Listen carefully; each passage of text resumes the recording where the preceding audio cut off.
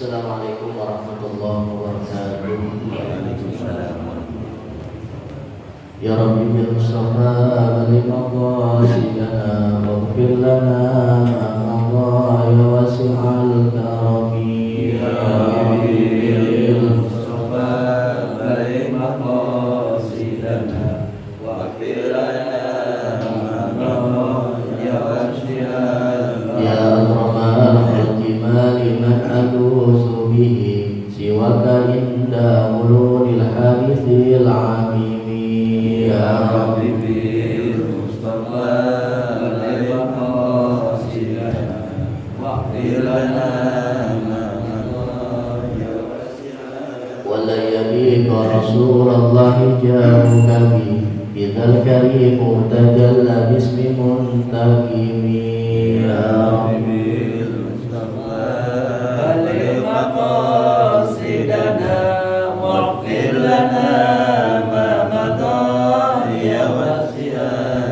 innani yudika dunya wa darataha wa min ulumika ilmal lahwi wal qalami. Ya Rabbi bil Mustafa balik maqasidana waghfir lana ma ya wasi'al karami. Allahumma shalli wa sallim wa barik alaihi sallallahu alaihi wasallam. Al-Imam Al-Habib Al-Hajar Al-Asqalani Subhanallah Syekh Muhammad bin Hasan Bismillahirrahmanirrahim. Al-mu'minin al-mu'minat al-muslimin al-muslimat Al-Fatihah. A'udzubillahi minasyaitonir rajim. Bismillahirrahmanirrahim. Alhamdulillahirabbil alamin arrahmanir rahim maliki yaumiddin. Iyyaka na'budu wa iyyaka nasta'in ihdinas siratal mustaqim. Siratal ladzina an'amta 'alaihim. Bismillahirrahmanirrahim. Alhamdulillah nahmaduhu wa nasta'inuhu wa nastaghfiruh wa na'udzu billahi min shururi anfusina wa min sayyiati a'malina. May yahdihillahu fala mudilla lahu wa may yudlilhu fala hadiya lahu. Asyhadu an la ilaha illallah wa la syarika lahu wa asyhadu anna sayyidana wa nabiyyana Muhammadan abduhu wa rasuluh. Amma ba'du, fa asdaqal hadits kitabullah ta'ala wa afdalul hadi sayyidina Muhammad sallallahu alaihi wasallam wa sharral umuri muhdatsatuha wa kullu muhdatsatin bid'ah wa kullu bid'atin dhalalah wa kullu dhalalatin finnar. Qalu subhanaka la ilma lana illa ma 'allamtana innaka antal alimul hakim. Shadaqallahul azim. Para bapak hadirin sekalian jamaah mushola hidayah, yang mudah-mudahan kita masih dalam lindungan Allah Subhanahu wa taala. Amin. Alhamdulillah wa syukurillah, dengan izin Allah Subhanahu wa taala pada malam hari ini kita masih diberikan iman Islam sekaligus nikmat sehat wal afiat sehingga kita dapat melangkahkan kedua kaki kita ke tempat yang mulia ini dalam rangka thalabul ilmi. Mudah-mudahan langkah kita mendapatkan pahala yang besar di sisi Allah Subhanahu wa taala. Qala al-musannif rahimahullahu ta'ala wa nafa'ana bihi wa bi ulumihi wa bi barakatihi fid dharain. Kita masih melanjutkan materi kita mengenai tentang bab jual beli. Sebagaimana pada beberapa pertemuan yang lalu, sedikit banyaknya kita sudah membahas mengenai tentang jual beli. Sekarang kita baca hadis tentang mengenai jual beli tersebut. An Rifa'ah bin Rafi' radhiyallahu ta'ala anhu anna Nabiy sallallahu alaihi wasallam su'ila ayyul kasbi atyabu qala amalur rajuli biyadi wa kullu bai'in mabrurin rawahu al-Bazzar wa sahihul Hakim. Hadis ini daripada Rifa'ah bin Rafi' radhiyallahu ta'ala anhu bahwa Nabi sallallahu alaihi wasallam ditanya, usaha apa yang paling baik? Usaha apa yang paling mulia? Maka Nabi mengatakan amalur rajul biyadi, pekerjaan yang dilakukan dengan tangan seseorang laki-laki. Jadi pekerjaan yang kita lakukan, kata Rasulullah, kerjaan yang paling utama, usaha yang paling utama adalah usaha yang kita lakukan sendiri. Tidak minta pertolongan orang lain, kita bisa mandiri. Itu adalah amal yang paling baik. Dan setiap jual beli yang mabrur, setiap jual beli yang jujur itu merupakan usaha kita yang baik. Sehingga ada sebagian ulama mengatakan usaha yang paling bagus apa? Afdalul mukasab az-ziraah. Paling utama usaha adalah ziraah. Apa itu ziraah? Bertani, nanam, ya. Itu usaha yang paling bagus. Cuman masalahnya sekarang tanah kita nggak pada ada. Yang ada apa dulu? Kontrakan, rumah. Kita mau nanam padi di mana? Mau nyawah di mana? Kalau dulu barangkali orang banyak kerjanya petani. Maka petani itu sebetulnya bukan kerjaan yang hina. Justru adalah petani merupakan pekerjaan yang mulia di sisi Allah Subhanahu wa Ta'ala. Bahkan Nabi pun melakukan itu. Yang kedua apa? As-sina'ah. Orang yang bekerja, baik bekerja dalam hal apapun, memproduksi suatu barang, produksi baju, konveksi dan seterusnya. Dan yang ketiga adalah at-tijarah. Tijarah itu adalah berdagang. Jadi kita kalau punya skill, kita punya modal, silakan saja untuk kita berdagang. Tapi dagangnya dagang yang apa? Yang jujur. Kalau dagang yang benar. Jangan kita kadang-kadang dagang tapi nipu orang dulu. Walaupun untungnya gede, kadang-kadang bohongin orang, nipu orang, emang untungnya gede, tapi dagangannya tidak berkah. Tapi kalau kita dagang ikhlas karena Allah, mengikuti daripada sunnah dan ajaran Rasulullah, insya Allah walaupun untungnya enggak seberapa, tapi kita ikhlas menjalankannya, itulah yang akan mendapatkan sebuah keberkahan dari Allah Subhanahu wa Ta'ala. Yang penting ikhlas, Pak. Kita mau kerja apapun yang penting ikhlas. Kita mau kerja jadi petani, kita mau kerja nyawa, kita mau kerja di suatu perusahaan, bahkan kita kerja ojek online juga nggak apa-apa. Ya, itu nggak hina. Yang penting apa? Kita jalani dengan ikhlas. Mau dapat mau enggak masalah belakangan. Yang penting segala sesuatu kalau kita jalani dengan ikhlas itu nggak ngedumel dalam hati. Ya. Tapi sebaliknya, kerja walaupun gajinya gede, tempatnya enak di AC tiap hari, tapi kalau kerja kita nggak ikhlas, ngedumel, ya, hati ini apa nih? Gondok mulu, jalaninnya nggak ikhlas. Itu tadi sama, kerjaan yang nggak maksimal, apalagi hasil yang didapat. Maka Rasulullah mengatakan bahwasanya at-tajirus shaduq yuhsyaru ma'al anbiya was-siddiqin. Para pedagang yang jujur nanti akan dikumpulkan bersama para nabi dan para rasul. Maka inilah salah satu sunnah Rasulullah, yakni memiliki usaha. Usaha apapun itu. Ya, baik kita dagang makanan, ya kita misalnya dagang kain dan seterusnya. Yang penting ada usaha yang kita lakukan. Maka saya sangat pesan waktu itu, Pak, kalau jadi ustadz jangan ustadz mahdoh. Kalau ustadz mahdoh, ibadah itu ada ibadah mahdoh, ada ibadah belum mahdoh. Kalau ibadah mahdoh itu kayak sholat subuh, sholat isya, ya, sholat zuhur, sholat asar, segitu-gitunya. Itu namanya ibadah mahdoh. Emang udah diapain tuh? Udah ditetapkan, udah diwajibkan seperti itu. Nah kita pun sama. Kita jadi pedagang jangan semata-mata jadi pedagang. Kita jadi pembisnis jangan semata-mata menjadi pembisnis. Minimal ada apa? Ada sampingan lain. Bahkan sama jadi ustadz, jangan seustadz-ustadznya.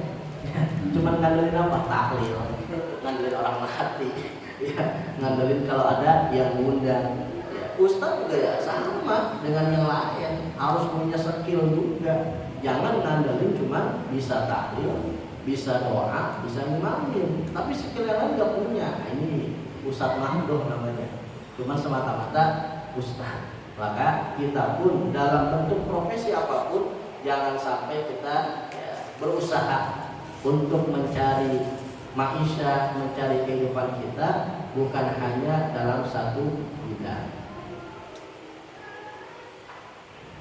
Wa an Jabir bin Abdullah radhiyallahu taala anhu annahu sami'a Rasulullah sallallahu alaihi wasallam yaqulu amal fathi wa huwa bi Makkah.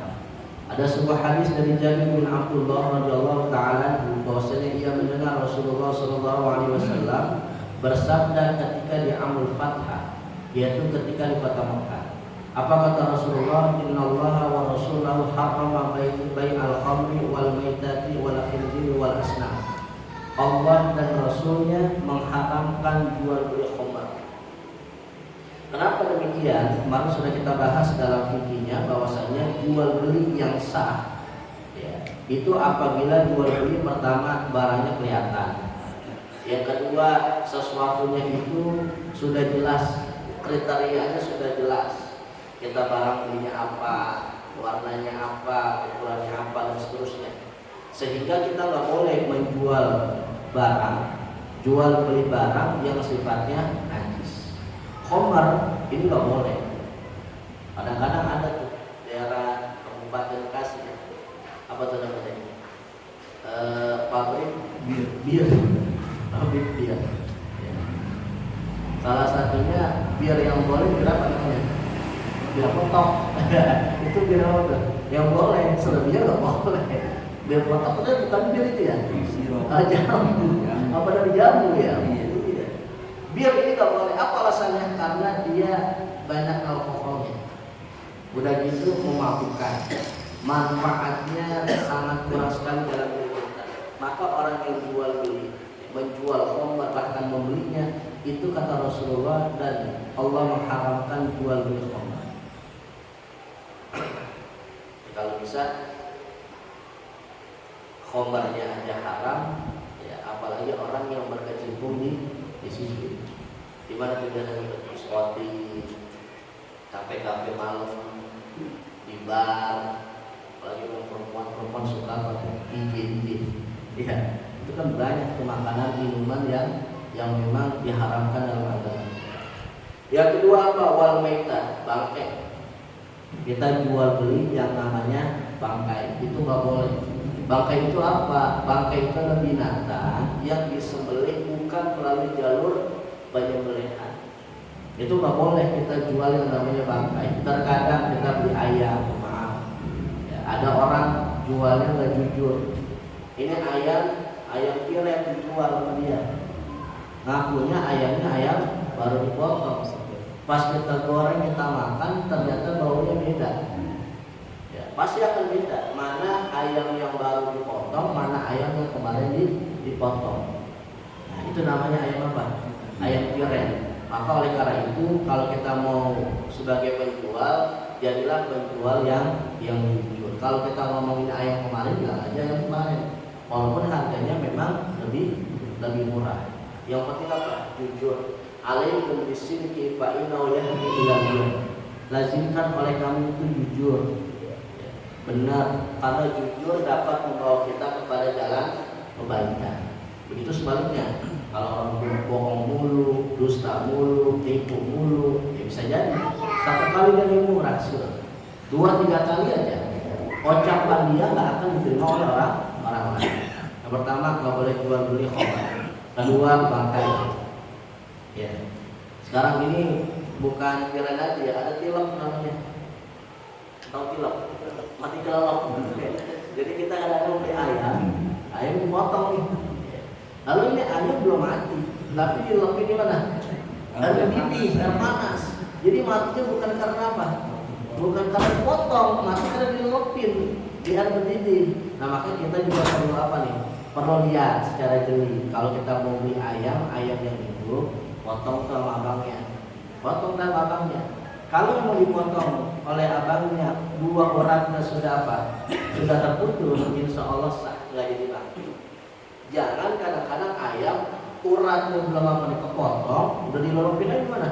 Air panas. Itu mau bukan mati karena dipotong, mati dilelopin. Namanya tilep.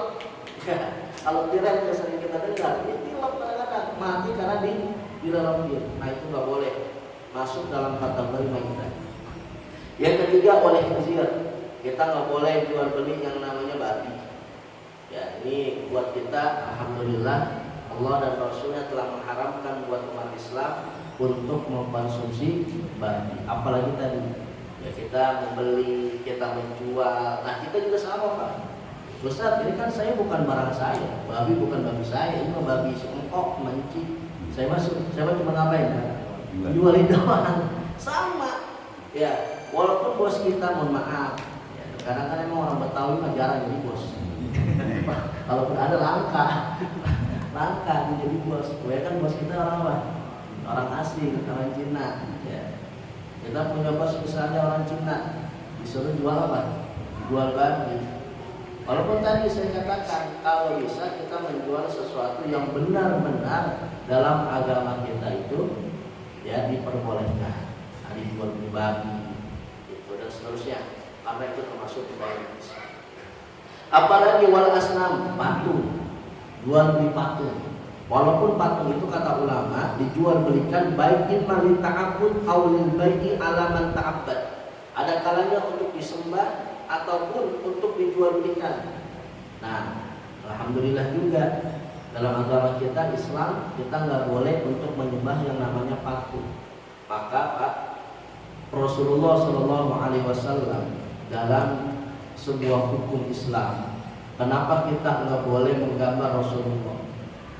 Nabi nggak boleh dibuat karikatur, Nabi nggak boleh dibuat foto. Sedangkan kalau kita baca hadis itu luar biasa jelasnya. Kalau kita baca hadis, Nabi itu dijelaskan sejelas-jelas mungkin. Bahkan jenggotan Nabi itu dikasih tahu ada berapa jenggotan Nabi. Ada yang pernah itu nggak? Jenggot kita orang itu nih, jenggot kita orang itu kan? Rasulullah Shallallahu Alaihi Wasallam punya jenggot ka'adadil anbiya, seperti bilangan para nabi. Ada 124.000 jenggotan. Uban Nabi itu tidak lebih dari 20 helai. Itu 20 helai. Padahal Rasulullah usianya 63 tahun. Beda sama kita. Kita usia 40 aja lebih daripada 20. Iya, kalau putih semua. Itu kalau kita lihat dari hadis Rasulullah, Nabi tingginya enggak terlalu tinggi, enggak terlalu pendek. Ya, matanya juga digambarkan dalam Samadul Nabi. Terus apalagi wajahnya lebih ganteng dari Nabi Allah Yusuf alaihissalam. Itu kalau kita gambar, buat sebuah patung, buat sebuah karikatur, sangat memungkinkan Rasulullah bisa digambar. Sangat memungkinkan. Jangankan Rasulullah, maaf, Syabul Qadir Al-Jilani kita gambar. Ada tuh fotonya. Abu Bakar As-Siddiq ada fotonya. Wali Songo ada fotonya, ada gambarnya. Apakah orang-orang itu melihat Wali Songo? Mungkin 1-2 orang yang lihat, tapi mereka bisa melukis, menggambar. Wallahu alam apakah itu benar atau enggak, yang jelas bisa diapain? Bisa digambar. Dari mana? Dari cerita. Dari orang yang melihat, dari saksi. Apalagi Rasulullah yang memang jelas sekali diceritakan dalam hadis-hadisnya. Lalu kenapa kok Rasulullah nggak boleh untuk digambar, nggak boleh untuk dilukis, nggak boleh dijadikan sebuah patung? Alasannya, kalau Rasulullah digambar, Rasulullah dibuat karikatur, Rasulullah dibuat patung, maka akan timbul zaman jahiliyah modern. Akan timbul zaman jahiliyah modern. Umat Islam tidak akan lagi menyembah Allah. Umat Islam akan menyembah patung. Seperti siapa? Mohon maaf, orang-orang Kristiani. Siapa yang mereka sembah? Nabi Isa. Siapa yang mereka sembah? Maria. Padahal Nabi Isa dan Siti Maria itu Abdullah, hamba Allah, sama dengan manusia biasa. Cuman beliau adalah seorang nabi, seorang rasul yang Allah berikan sebuah keistimewaan. Nabi kita Muhammad Sallallahu Alaihi Wasallam nggak boleh digambar. Kenapa? Khawatir umat Islam akan menyembah ke siapa? Ke Rasulullah. Orang akan mengagung-agungkan foto Rasulullah. Orang akan berikut, ya, ributan untuk beribadah. Misalnya ada satu patung Rasulullah ada di Masjid Istiqlal. Itu pasti setiap hari akan penuh Istiqlal. Kenapa? Orang beribut itu untuk melihat patung Rasulullah. Bahkan nanti dikhawatirkan bukan lagi menyembah Allah Subhanahu wa Ta'ala. Ini semua siapa? Patung. Maka dalam akidah Ahlus Sunnah wal Jamaah, Rasulullah itu nggak boleh digambar, nggak boleh dibuat karikatur, nggak boleh dipoto. Maka beberapa waktu lalu di daerah mana tuh dibuat karikatur Nabi itu ada jenggotnya, pakai sorban, pakai baju gamis, itu ditentang, pasti akan ditolak oleh para ulama. Kenapa tadi? Dikhawatirkan zaman jahiliyah akan terjadi kembali. Zaman jahiliyah modern namanya. Coba lihat orang-orang jahiliyah, patung pada disembah,